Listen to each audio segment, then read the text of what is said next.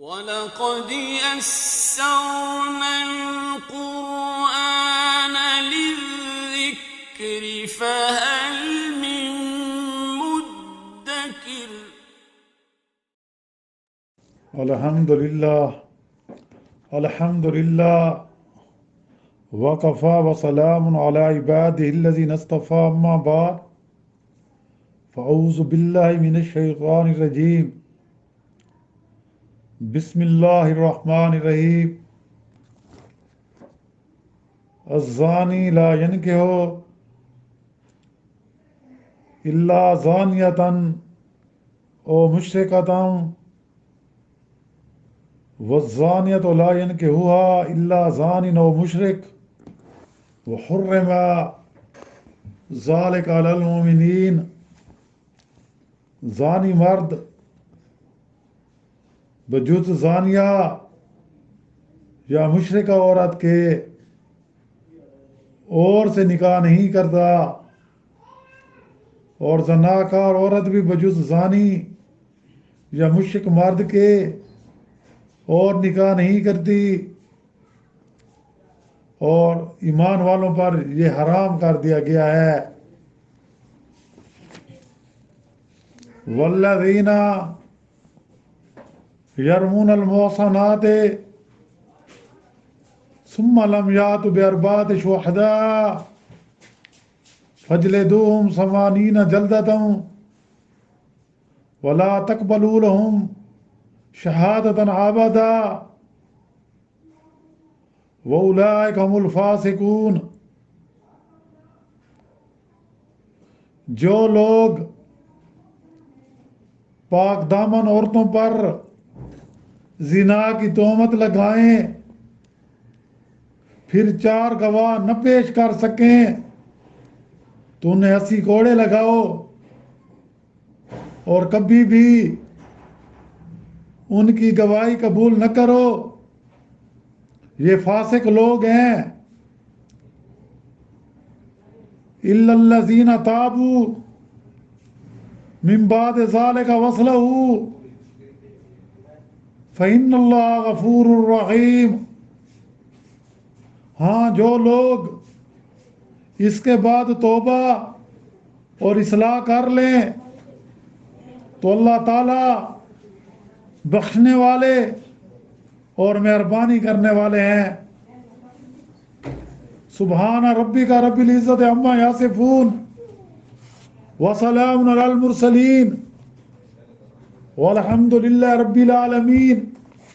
اللہم صلی علی سیدنا محمد وعلی آلہ وصحبہ وسلم۔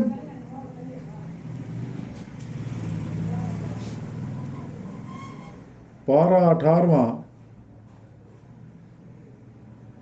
یہ سورۃ النور کی 3 آیات مبارکہ، آیات نمبر 3، 4 اور 5 کی تلاوت کی گئی ہے، اور انہی کا ساتھ ترجمہ بھی کیا گیا ہے۔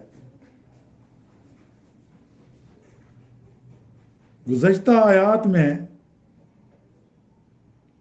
غیر شادی شدہ مرد اور عورت کے بارے میں ذکر ہوا تھا کہ اگر ان سے زنا سرزد ہو تو ان کی کیا سزا ہوگی، وہ اس سزا کا ذکر کیا گیا تھا کہ ہر ایک کو، چاہے زانیہ غیر شادی شدہ مرد ہے یا زانیہ غیر شادی شدہ عورت ہے، ان کو 100 کوڑے مارے جائیں گے، اور اگر شادی شدہ مرد زنا کرنے والے ہیں، یعنی عورت ہے یا مرد ہے یا دونوں ہیں، تو قرآن مجید میں رجم کی سزا کا ذکر تو نہیں، لیکن نبی کریم صلی اللہ علیہ وسلم اور قرآن و سنت صحیح متواترہ سے اس کی سزا رجم ثابت ہے، یعنی کہ اطیعوا اللہ و اطیعوا الرسول، کہ تم اطاعت کرو اللہ کے اور اس کے رسول کی۔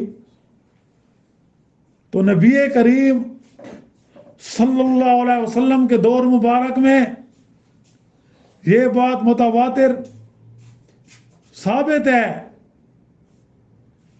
کہ جو شادی شدہ زانیہ یا زانی ہوتے تھے ان کو سنسار کیا جاتا تھا، ان کو رجم کی سزا دی جاتی تھی، یعنی پتھروں سے مارتے مارتے جان سے مار ڈالنا۔ زنا کی سزا ذکر فرمانے کے بعد آگے آج جو 3 آیات مبارکہ پڑھی گئی ہیں، ان آیات میں اس فعل کی غایت اور برائی فرمائی گئی ہے کہ یہ ایسا کبھی فعل ہے، اور اس حیاسوز کام کی روک تھام کے لیے قانون بیان فرمایا گیا۔ چنانچہ ان آیات مبارکہ میں بتلایا گیا کہ جو مرد یا عورت اس کبھی عادت میں مبتلا ہے، حقیقت میں وہ اس لائق نہیں رہتے کہ کسی پاک دامن عفیف مسلمان سے ان کا تعلق نکاح و ازدواج قائم کیا جائے۔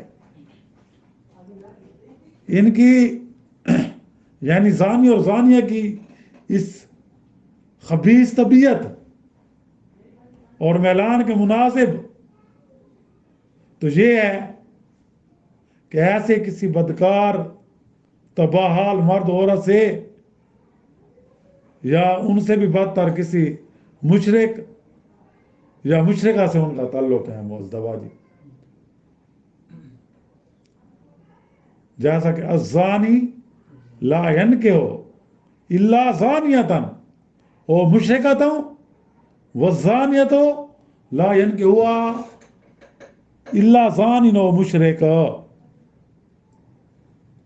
وحرم ذلک علی المؤمنین، کہ زانی نکاح بھی کسی کے ساتھ نہیں کرتا سوائے زانیہ یا مشرکہ عورت کے، اور زانیہ یا مشرکہ کے ساتھ بھی کوئی نکاح نہیں کرتا بجز زانی یا مشرک مرد کے، اور یہ مسلمانوں پر حرام کیا گیا ہے کہ وہ ان کے ساتھ ازدواجی تعلق قائم کریں، ازدواجی رشتہ قائم کریں۔ عرب میں ایام جاہلیت میں جس طرح شراب کی کثرت تھی، وہاں شراب عام بنائی جاتی تھی، اور اس طرح زنا کی بھی کثرت تھی۔ یہ دو چیزیں، نہ حرمت شراب تھی نہ حرمت زنا تھی۔ چنانچہ ایام جاہلیت میں بعض نادار مرد افلاس سے تنگ آ کر، غربت سے تنگ آ کر کسی مالدار فاحشہ عورت سے نکاح کر لیتے تھے تاکہ اس کی زنا کی کمائی سے اس کا بھی خرچ چلے۔ اللہ رحم کرے، آج کل بھی ایسا ہو رہا ہے۔ اس بے حیائی اور بے غیرتی کی اسلام نے قطعی روک تھام کر دی، اور زانیہ سے نکاح کرنا پاک باز مردوں پر حرام کر دیا گیا۔ غیرت مند مرد کبھی اس پسند کو گوارا نہیں کرے گا کہ اس کی منقوہ کسی غیر مرد سے تعلق رکھتی ہو، اس کا تعلق ہو۔ اس طرح نہ غیرت مند عورت اس بات کو گوارا کرے گی کہ اس کا خامد کسی اور سے ناجائز تعلق رکھے، کیونکہ یہ غیرت کی بات بھی ہے۔ تو یہاں آیات میں مشرکہ اور زانیہ جن سے اہل ایمان کو نکاح حرام ہے، وہ مشرک عورت ہے جو حالت شرک میں ہو، نہ کہ وہ جو کسی زمانے میں مشرک رہ چکی ہے۔ یعنی آج کل اللہ رحم کرے یورپ میں امریکہ میں آپ سنتے ہوں گے کہ مسلمان عورتیں وہاں مشرک لوگوں سے، غیر مسلموں سے، سکھوں سے نکاح کر رہی ہیں. اسلام اس کی اجازت نہیں دیتا. اس طرح مسلمان مرد غیر مسلموں سے، مشرکوں سے یورپ میں نکاح کر رہے ہیں. اسلام اس کی بھی اجازت نہیں دیتا. اور اب یہاں یہی ہے کہ جو مشرک ہو، اور جو مشرک اب تائب ہو کر مسلمان ہو چکی ہو، پہلے مشرکہ تھی، اب اس نے تائب ہو گئی، اسلام قبول کر لیا، تو جب اسلام آدمی قبول کرتا ہے تو اسلام کی برکت سے اللہ تعالیٰ اس کے سارے گناہ معاف کر دیتے ہیں. کہ اگر ایک 100 سال کا بوڑھا کافر صدق کے دل سے شہادت دیتا ہے کہ اشہد اللہ الہ الا اللہ واشہد ان محمد رسول اللہ، اور وہ پڑھتا ہے کہ لا الہ الا اللہ محمد رسول اللہ، تو گویا اس کے سارے گناہ معاف ہو گئے. اب اس کی زندگی کا دار و مدار آئندہ ہے کہ اس نے اپنی زندگی اسلام کے مطابق کیسے گزارتا ہے. تو یہاں یہ ہے کہ ایک مشرکہ عورت ہے یا زانیہ عورت ہے، اب اس نے اسلام قبول کر لیا، گناہوں سے توبہ کر لی، تو ایسی عورت کے ساتھ نکاح درست ہے. بات سمجھ آ رہی ہے نہیں آ رہی؟ ایسی عورت کے ساتھ نکاح درست ہے. اسی طرح زانیہ سے بھی، کہ وہ زانیہ مرد ہے جو فی الحال زنا میں مبتلا ہو، نہ کہ وہ جو کسی زمانہ میں یا معصیت اس سے صادر ہوئی ہے، اب وہ تائب ہو کر پاک بازی کی زندگی بسر کر رہی ہو زانی، تو وہ بھی اس سے بھی نکاح کیا جا سکتا ہے، کیونکہ توبہ جو ہے وہ گناہوں کو مٹا دیتی ہے. صدق کے دل سے توبہ کرنا. تو طیبہ سے نکاح کے عدم جواز کا سوال ہی پیدا نہیں ہوتا. یہاں ممانعت نکاح کی صرف ان سے ہو رہی ہے جو فی الحال اب مشرک ہیں اور زانی بھی ہیں، جو یہ کام کرتے ہیں، نہ وہ تائب ہوئے نہ انہوں نے اپنے گناہوں سے توبہ کی ہے اور نہ انہوں نے اسلام قبول کیا ہے، تو ان کے ساتھ نکاح کیا ہے؟ حرام ہے. اس آیات کی بنا پر مشرکہ اور زانیہ دونوں سے نکاح معصیت اور گناہ ہے. مشرکہ سے تو جواز نکاح کی صورت ہی نہیں. مشرک تو وہ، کیونکہ ایک مسلمان غیر مسلم سے شادی نہیں کر سکتا، اور زانیہ سے نکاح قانونی حیثیت سے نافذ ہو جائے گا، لیکن عند اللہ معصیت تو بارہ رہے گا. ہاں اگر وہ توبہ کر لے تو پھر ٹھیک ہے، توبہ کر لے، اس کام سے باز آ جائے. تو زانیہ اور مشرکہ سے یہ واضح طور پر کہہ دیا گیا قرآن میں کہ مومن، پاک باز مومن کے نکاح کی ممانعت کا یہ دوسرا قانونی صورت میں بیان فرمایا گیا. اب آگے ایک تیسرا قانون، یعنی زنا کی تہمت اگر کسی پاک دامن عورت پر کوئی لگاتا ہے، یہ آج کل ہمارے معاشرے میں بہت ہے، جس کے ساتھ نہیں لگتی نا، یا کوئی اس کے ساتھ اس کا مسئلہ ہے، وہ بدلہ نہیں لے سکتا ہے، تو وہ فوراً کوئی نہ کوئی الزام گھاڑ لیتا ہے، اور یہ الزام بڑا ہے تو نعوذ باللہ کس کے گھر والے ہیں، تو یہ بھی تہمت میں آتا ہے. اسلام اس کی اجازت نہیں دیتا جب تک آنکھوں سے نہ دیکھو. سنی باتوں پر، خاص طور پر زنا کے معاملے میں آپ نے سنی باتوں پر یقین نہیں کرنا، کیونکہ اس میں عورت کی عزت زیادہ وہ نازک ہے.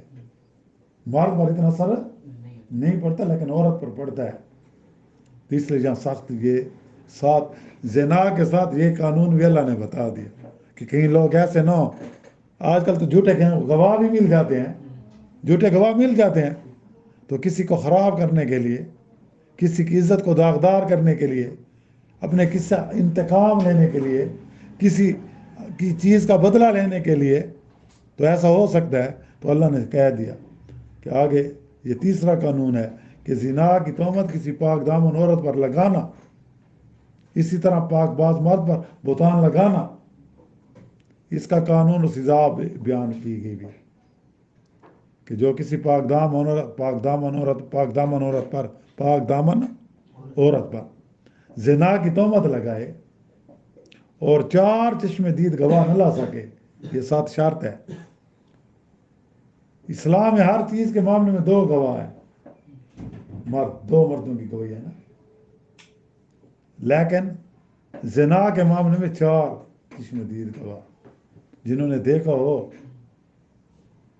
تو اس کو اگر وہ نہ لا سکے گا تو اس کو 80 کوڑے مارے جائیں گے۔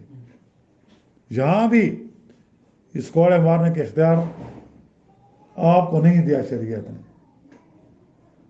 محلے کے کسی بڑے کو نہیں دیا، برادری کے کسی بڑے کو، یہ کس کے پاس ہے؟ حکومت کے پاس ہے، اسلامی حکومت عمراء اسلام یا ان کے نائبین کو ہے، اور سزا کی معافی یا تخفیف ان کے اختیار میں بھی نہیں۔ جب معاملہ عدالت میں پہنچ جائے تو پھر وہ جج، وہ قاضی، اسلامی ملک ہے تو وہ بھی اس کی سزا میں تخفیف نہیں کر سکتا۔ اللہ تبارک تعالیٰ کو مسلمان مرد اور مسلمان عورت کی عزت کے تحفظ کا کس درجہ اہتمام ہے کہ کوئی کسی پر جھوٹی تہمت نہ لگا دے، دشمنی میں آ کر، ذاتی انتقام میں آ کر، کہ گواہ 1 نہیں 2 نہیں، اکٹھے 4 گواہ، اور وہ بھی اکٹھے دیں گے گواہی، اور وہ بھی چشم دید گواہ ہونے چاہیے کہ واقعی انہوں نے دیکھا ہو، یعنی انہوں نے آنکھوں سے سنی بات نہیں، آنکھوں سے دیکھا ہو۔ اگر استداد میں ایک کی بھی کمی رہ جائے گی تو حد جاری نہیں ہو سکے گی۔ فرض کے 3 گواہ ہیں یا ان 4 گواہوں میں 1 گواہ مکر گیا ہے، پھر بھی حد جاری نہیں ہو سکتی۔ یہ 4 گواہ مرد ہونے چاہیے، عورت بھی نہیں۔ دوسرے معاملات میں، لین دین میں، نکاح میں 2 مرد گواہ ہو یا 2 عورتیں اور 1 مرد ہو، کہ 2 عورتوں کی گواہی 1 مرد کے برابر ہے، لیکن یہاں عورت نہیں 4 مرد ہونے چاہیے گواہ۔ تو جو شخص کسی پاک دامن اور عفیف عورت پر تہمت زنا کی رکھے اور پھر 4 چشم دید گواہ نہ لا سکے تو ایک سزا تو اس کو یہ ملے گی کہ اسے 80 کوڑے لگائے جائیں گے، اور دوسری سزا یہ کہ آئندہ کسی معاملے میں اس کی گواہی معتبر نہیں ہوگی، اس کی گواہی نہیں مانی جائے گی، اس کی گواہی پر یقین نہیں کیا جائے گا۔ اور امام اعظم ابو حنیفہ رحمۃ اللہ علیہ کے نزدیک توبہ کے بعد بھی اس کی شہادت معاملات میں قبول نہیں کی جائے گی، ایسے جھوٹے گواہ کی کہ جس نے کسی پاک دامن عورت پر جھوٹا زنا کا الزام لگایا ہو اور گواہ پیش نہ کر سکا ہو تو وہ قابل ہے، اس کی گواہی قابل قبول نہیں ہے۔ دیکھیے یہ ہیں شرعی اور قرآنی سزائیں کہ اسلامی حکومت اگر ان پر عمل کرنے لگے تو برائیوں کا کلہ کما ہو جائے گا۔ اسلام میں بہرحال توبہ اور اصلاح کا دروازہ بھی ہر وقت کھلا ہوا ہے۔ سکرات موت سے پہلے آپ سچی توبہ کر لیں، سکرات موت سے پہلے، تو اللہ تعالیٰ تو توبہ قبول کر لیتے ہیں۔ اس لیے آگے بتلایا گیا کہ اگر ایسا شخص سچی توبہ اور اصلاح کر لے تو آخرت میں اللہ تعالیٰ کے نافرمان بندوں میں اس کا شمار نہیں ہوگا، کیونکہ اللہ تعالیٰ غفور و رحیم ہے۔ سچے توائب کی توبہ قبول فرما دیتے ہیں، سچی توبہ کرنے والی کی توبہ قبول فرما دیتے ہیں۔ یہ 3 قانون اب تک بیان ہوئے ہیں۔ اب انشاءاللہ 4تھے قانون لعان کا ذکر ہوگا۔ لعان کس کو کہتے ہیں؟ جو لوگ اپنی ہی بیویوں پر زنا کی تہمت لگاتے ہیں، ان کے پاس بجوز اپنے دعوے کی کوئی گواہ نہیں ہوتا، تو قانون میں اس کا متعلق اب اللہ نے قرآن میں بتایا اور اس کو کہتے ہیں لعان۔